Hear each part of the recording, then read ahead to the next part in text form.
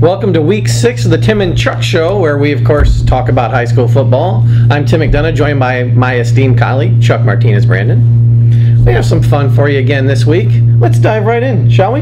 Let's do it. All right, topic number 1, Chuck. This new helmet rule.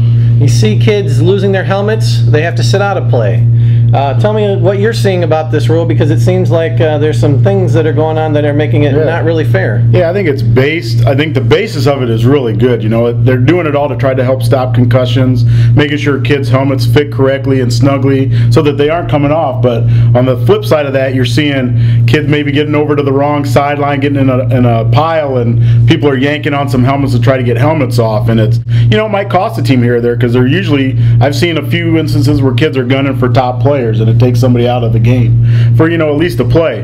Like I said, the basis of it, I think, is really good, and it's really going to help stop concussions and help stop kids from continuing play without a helmet on. Yeah. But then you've got the dirty side of it, where kids might just be trying to yank helmets to get somebody out of the game. Yeah, I think it's another responsibility for the refs, but maybe they need to keep an eye on that and check out the intent of a play. Yep. All right, topic 2, Chuck. Number 2, hey, we're going into the second half of the season, Tim. What percentage of players do you think are playing hurt? Oh, I'd say that's a really high percentage, Chuck. I mean, you're around kids every day. There's always bumps and bruises even from day one. But I think when you get to this point of the season, I'd say that's upwards of 75 to 80%. Oh. And I think, you know, and there are kids that are really hurt that are obviously not playing because of serious injuries. But I think, you know, you might have a twisted ankle here, you know, a finger or a shoulder or any number of things. What do you think? Yeah, exactly. And I think 70-80% might even be low. It might be everybody. You know, everybody's going to have bumps and bruises. It's a physical sport. Everybody's getting hit.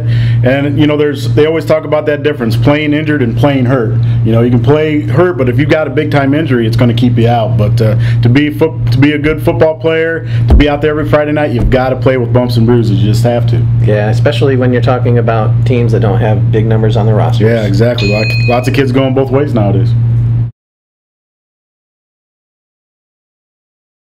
Next thing, let's give a shout out, Tim. You know, the last couple weeks it's been soggy, it's been ducky weather, you know. Not fit for man or beast, but those amphibians sort of like that kind of stuff with all that rain we've been getting.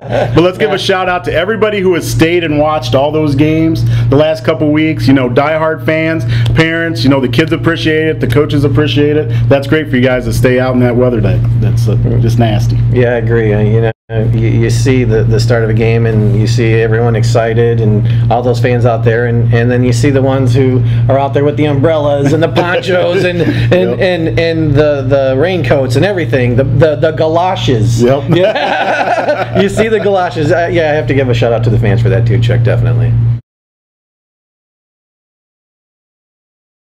All right, off topic, Chuck.